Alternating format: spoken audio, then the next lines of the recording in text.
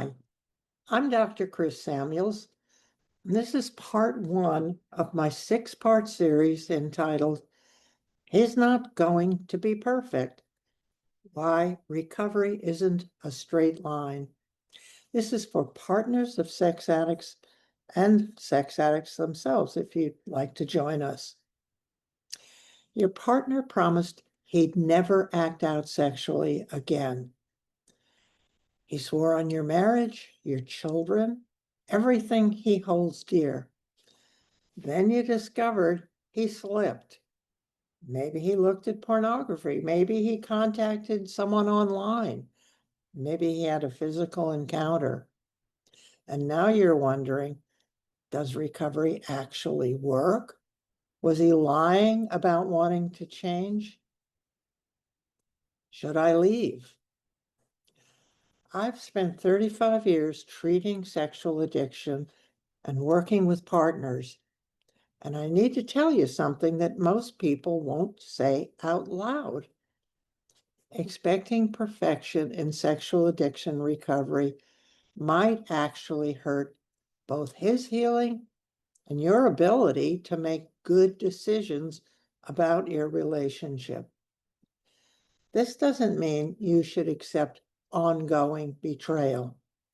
It means understanding what recovery really looks like.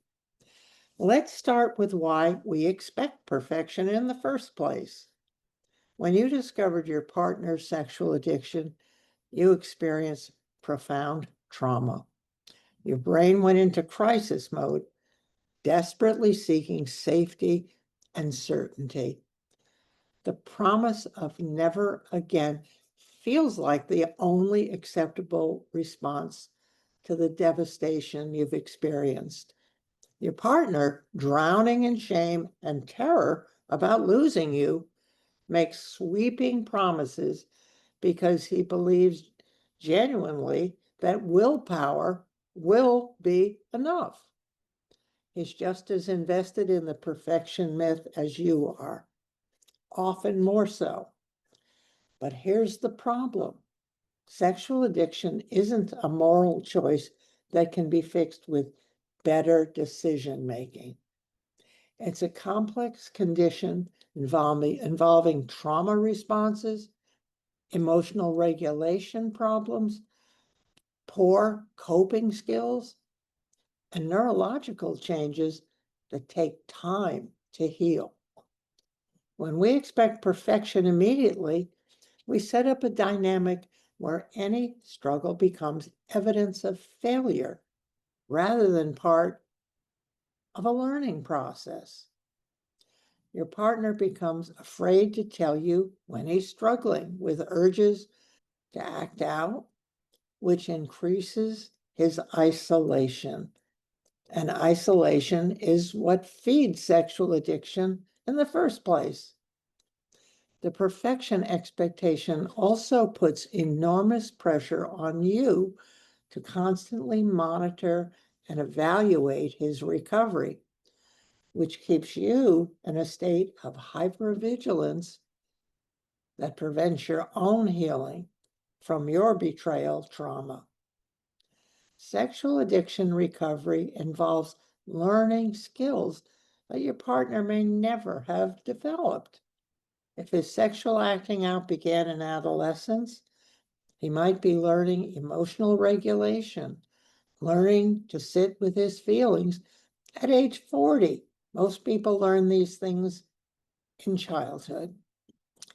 Think about learning any complex skill, playing an instrument, speaking a new language, mastering a sport. You expect practice, mistakes, gradual improvement, and occasional setbacks. You wouldn't expect someone to play piano perfectly after 3 months of lessons. Recovery involves learning how to identify emotional triggers before they lead to action, how to tolerate anxiety, anger, depression, or loneliness without medicating through sex, how to ask for help when struggling instead of isolating, how to be genuinely intimate rather than using sex to avoid emotional connection, how to live authentically instead of maintaining a false persona, how to tell the truth rather than hide behind lies. Here's what slips often look like in genuine recovery versus active addiction.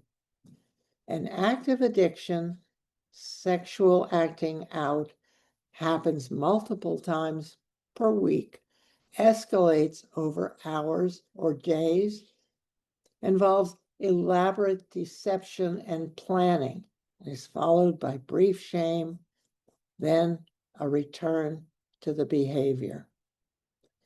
In recovery learning, brief episodes followed by immediate honesty, increased use of recovery tools, genuine remorse and recommitment, decreasing frequency over time. The difference matters because it tells you whether your partner is learning new skills or just getting better at managing the consequences of unchanged behavior. The most dangerous early recovery pattern is what we call white knuckle sobriety, stopping sexual behavior through fear and willpower alone without developing the internal changes necessary for lasting recovery. White knuckle sobriety looks like recovery on the surface. He's not acting out sexually, he's attending meetings, he's saying the right things. But underneath, he's holding his breath, waiting for the crisis to pass so he can return to previous patterns. Signs of white knuckle sobriety: compliance without curiosity about underlying issues, attending meetings but not engaging emotionally, surface changes without emotional growth, increased irritability or depression as suppression continues, and a focus on appeasing you rather than personal healing.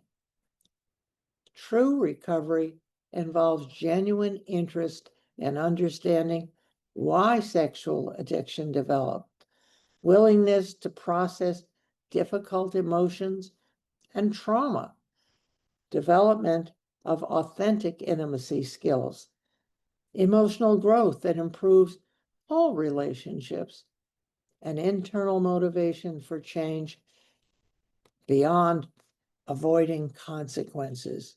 The man in white knuckle sobriety is like someone holding their breath underwater. They can do it for a while, but eventually they have to surface. When that happens, it often looks like sudden relapse that seems to come from nowhere. I know this is hard to hear when you're desperate for safety and certainty.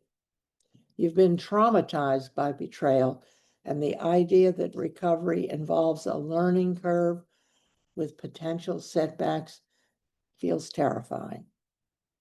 But here's what I've learned from my 35 years of practice. The couples who make it through sexual addiction recovery understand that healing is a process, not a destination.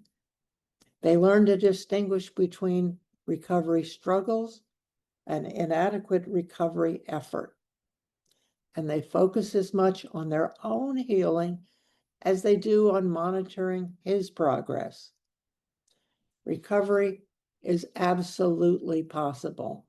I've seen thousands of men develop genuine recovery that transforms not just their sexual behavior, but their capacity for authentic love and trustworthy partnership. But it takes time, and it's not perfect. In my next video, I'll show you exactly what genuine recovery progress looks like, the specific signs that indicate your partner is truly changing, not just managing consequences. You'll learn how to tell the difference between someone who's learning recovery skills and someone who's just gotten better at hiding his addiction. Don't lose hope, but do protect yourself appropriately. Your healing matters just as much as his recovery. I hope you'll subscribe for the rest of this series on sexual addiction recovery. And remember, you deserve honest love and trustworthy partnership. Don't settle for less. Let's continue the journey.